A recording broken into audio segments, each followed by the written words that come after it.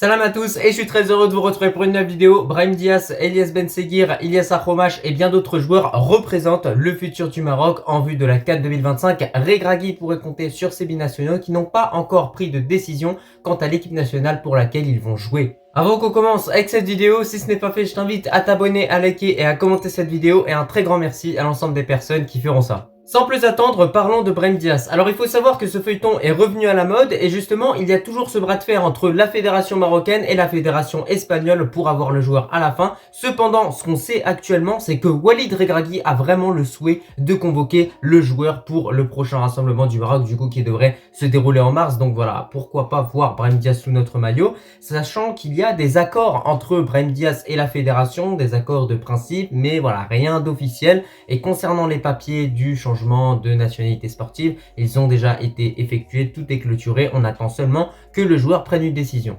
Logiquement, lors des prochains jours, Walid Regragui devrait se déplacer jusqu'en Espagne pour s'entretenir avec Brahim Diaz et à partir de ce moment-là, on aurait un peu plus d'informations par rapport à la situation du joueur. Est-ce qu'il va choisir le Maroc? Est-ce qu'il va choisir l'Espagne? Je pense que voilà, cette réunion va nous apporter beaucoup d'informations en tout cas. Mais par rapport au dossier de façon générale, j'ai envie de vous dire que la situation n'a pas réellement avancé et que voilà, malheureusement, on va encore devoir être patient pour attendre le dénouement. Après, bien évidemment, cela fait plusieurs mois que le Maroc est intéressé par Brahim Diaz et comme sa décision peine à venir, on commence à croire que le joueur attend simplement de recevoir une convocation de la part du coach espagnol pour réellement nous larguer. Si on parle maintenant de football, il faut l'admettre, depuis le début de la saison avec le Real Madrid, Brahim Diaz progresse de plus en plus, il commence à avoir une place importante dans cette équipe-là, une place un petit peu de remplaçant de luxe, c'est-à-dire qu'à chaque fois qu'il y a un changement à effectuer, c'est lui qu'on va faire entrer, voilà, tout simplement sur le terrain pour réellement débloquer une situation, mais on voit que voilà, de façon générale, il est en train de faire une très grosse saison. Personnellement, en tant que madrilène,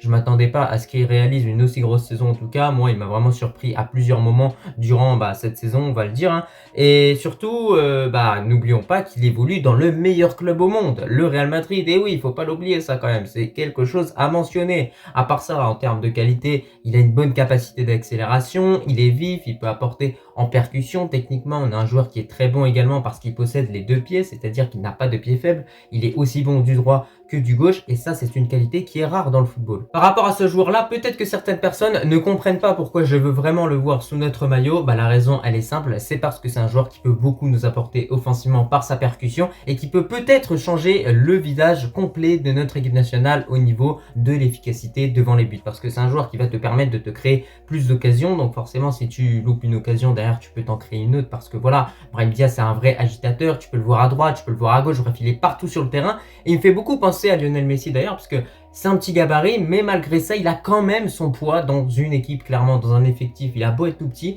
mais avec sa percussion, avec ses passes également cachées, que ce soit du gauche, du droit, etc. Parce qu'il faut pas oublier qu'il a les deux pieds, donc ça, c'est un gros danger pour n'importe quel adversaire, parce que tu sais pas de quel pied il peut frapper, notamment à longue distance. Donc voilà, moi je vous le dis, Brahim Diaz c'est un joueur qui peut changer le visage de notre équipe offensivement et qui peut nous permettre peut-être de devenir un peu plus efficace devant les buts.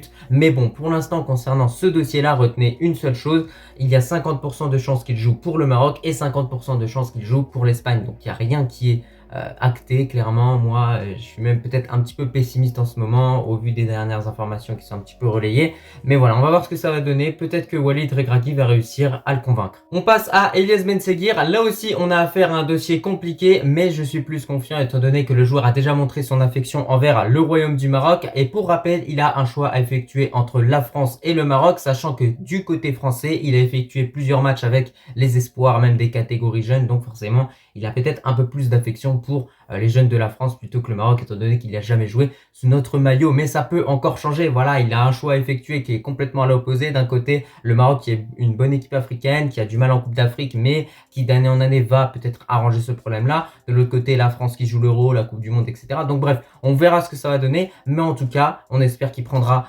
le bon choix, c'est-à-dire le Maroc, et qu'il fera ce choix-là avec le cœur. Alors il faut savoir qu'à chaque fois que le joueur a été interrogé, il n'a jamais indiqué l'équipe nationale pour laquelle il souhaiterait jouer. Il a simplement dit que c'était une chance pour lui d'avoir la double nationalité, de pouvoir effectuer un choix entre le Maroc et la France. Ils sont quand même deux grandes nations du football, on va se le dire. Après, il ne faut pas oublier qu'il est encore très jeune, donc voilà, il a encore du temps, bien évidemment, devant lui pour effectuer ce choix-là. Et sincèrement, je pense que Elias Benseghir fera comme Amin Adli. Voilà, on a vu qu'Amin Adli nous a fait beaucoup patienter. Voilà, on a dû beaucoup attendre avant de le voir sous notre maillot. Mais ensuite, il est venu, il s'est intégré rapidement à l'équipe et maintenant, tout roule pour lui. Donc voilà, on espère que ça va se passer en tout cas comme ça pour Elias Benseghir. Même si moi, j'aimerais bien qu'il prenne prochainement une décision pour qu'on puisse le convoquer, voir ce que ça peut donner réellement sur le terrain, Inch'Allah. À part ça, c'est un joueur prometteur qui est bon en percussion, il sait éliminer, faire des différences, donc voilà, il peut être très intéressant notamment pour déstabiliser n'importe quelle défense en Afrique en tout cas, parce que maintenant on a besoin de jouer contre des équipes africaines au vu de cette CAN 2024 catastrophique. Moi surtout, ce que j'ai remarqué avec ce joueur-là, c'est qu'il est techniquement au-dessus de la moyenne. Et ça, je vous le dis, il y a juste à regarder les matchs qu'il réalise du côté de Monaco pour se rendre compte que ce joueur-là a réellement plein de talent entre ses pieds. Hein. Voilà, moi je vous le dis, il est tout jeune, mais déjà ce qu'il réalise à son âge, c'est exceptionnel, on va se le dire. En tout cas, comme toujours, n'hésitez pas à me dire en commentaire ce que vous en pensez de Benseghir et de Brahim Diaz. Mais par rapport à Benseghir, la saison avait très bien débuté pour lui à l'AS Monaco. Désormais, il a peut-être un peu moins de temps de jeu, mais croyez-moi, avec de la patience, c'est un joueur qui pourrait décrocher un statut de titulaire indiscutable. On finit avec Ilias Akhomash, joueur que j'apprécie beaucoup et qui porte d'ailleurs mon prénom, donc c'est quand même assez fou. Le concernant, contrairement à Brahim Diaz et Elias Benseghir, lui a déjà effectué son choix, c'est-à-dire qu'il a choisi le Maroc d'office. Voilà, il n'a pas hésité 30 fois, franchement, il a choisi directement notre équipe nationale. Alors il faut savoir qu'il a effectué ses débuts avec les U23, voilà, il a fait plusieurs entraînements. Je sais pas s'il a débuté sur le terrain, mais en tout cas, ce que j'ai pu voir, c'est un joueur qui est intéressant. Ça fait vraiment plusieurs années qu'il continue de progresser d'année en année. Je crois bien qu'il est prêté par l'FC Barcelone où il est passé par ce club-là. Maintenant, il évolue à Villarreal et franchement, sur le terrain, c'est un joueur qui est capable de faire beaucoup de différence. Alors, ce qui lui manque, bien évidemment, c'est les statistiques, c'est-à-dire marquer tant de buts, faire des passes décisives. Mais ça, j'ai envie de vous dire que c'est quelque chose qui viendra avec le temps parce que souvent, quand les joueurs sont jeunes, ils ont besoin d'acquérir cette maturité qui va leur permettre d'être efficace devant les buts. Mais déjà, de ce qu'on voit au niveau de cette nouvelle saison, c'est très intéressant ce qu'il propose Ilias Akhomash. Et c'est pour ça que c'est par exemple un joueur que j'aurais aimé voir durant la CAN 2024. Alors je crois qu'il a été blessé avant la compétition. Mais franchement, c'est un joueur qui est très intéressant pour l'avenir, qui est prometteur et qui est surtout à suivre. Ilias Akhomash monte en puissance d'année en année. Il a vraiment une belle patte gauche qui lui permet tant bien de zigzaguer dans les défenses adverses comme enrouler également de l'autre côté. Donc voilà, moi je vous le dis, n'hésitez pas à me donner votre avis de façon générale par rapport à Ilias Akhomash. Mais moi je trouve que c'est un joueur qui est très prometteur. Et comme je vous l'ai dit, avec Brahim Diaz, avec également Elias Benseghir, rien que si on récupère ces trois joueurs-là en équipe nationale, ça peut faire un bien fou à notre attaque. Ça peut réellement la dynamiser. Parce que voilà, Benseghir, tu n'es pas sûr qu'il sera titulaire. Brahim Diaz, tu peux te poser la question honnêtement parce qu'aujourd'hui, quand on voit notre effectif, je suis désolé, Brahim Diaz, faut qu'il sorte réellement les crocs et qu'il montre de quoi il est capable si il est sélectionné. Voilà, parce que franchement, moi je vous le dis, hein, je serais Regragui, c'est un dilemme mais total, hein, franchement, quand tu vois tous les joueurs qu'on a. Mais après, il y a beaucoup de joueurs qui m'ont déçu durant la Coupe d'Afrique, donc je laisserai directement Brahim Diaz en tant que titulaire. Et pour finir, Ilias Akhomash, ça peut être un remplaçant de luxe, un petit peu comme Ezal Zouli, même si voilà, on en attend beaucoup plus de lui. On espère que par rapport à Ezal Zouli, il sera plus efficace offensivement parce que Ezal Zouli a loupé beaucoup d'occasions durant la dernière Coupe d'Afrique. À part ces trois joueurs-là, j'ai également retenu le nom de deux joueurs qui pourraient bientôt représenter nos couleurs. Alors on a Adam Aznou et on a Youssef Lekdim, joueur évoluant du côté du Real Madrid. Alors lui représente déjà le Maroc, voilà, bien évidemment avec les U20. J'ai pu regarder notamment le match qu'il a effectué contre l'Algérie, c'était une bonne prestation qu'il avait livrée. C'est un joueur qui est très rapide, qui est bon en centre, donc voilà, il est très intéressant, il est à suivre. Et surtout, il joue au Real, donc voilà, pourquoi pas, il pourrait faire comme Achraf Hakimi, monter en puissance petit à petit dans cette équipe madrilène pour un jour jouer avec Léa. Franchement, moi je comprends pas toujours pourquoi il n'a pas joué avec Léa, parce que franchement quand tu vois au Real parfois qu'il y a des blessures de tel ou tel joueur, tu peux faire jouer un joueur comme Lekdim qui peut clairement t'apporter sur le couloir gauche. Et on a également un autre défenseur gauche, Adam Aznou. Alors lui, c'est un petit peu compliqué en ce moment, il s'est désabonné de tous les comptes de la FRMF, que ce soit sur Twitter, sur Instagram, bref, il s'est désabonné de partout, donc on ne comprend pas pourquoi.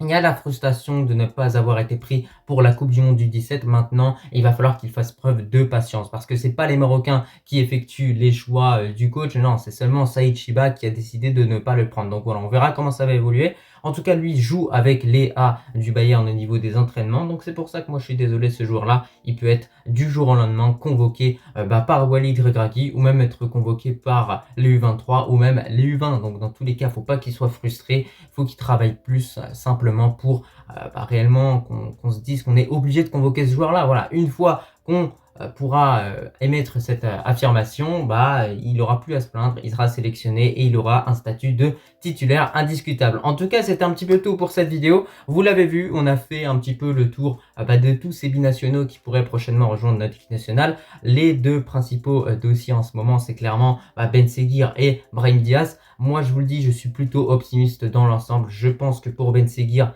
c'est très positif. Le joueur devrait choisir le Maroc.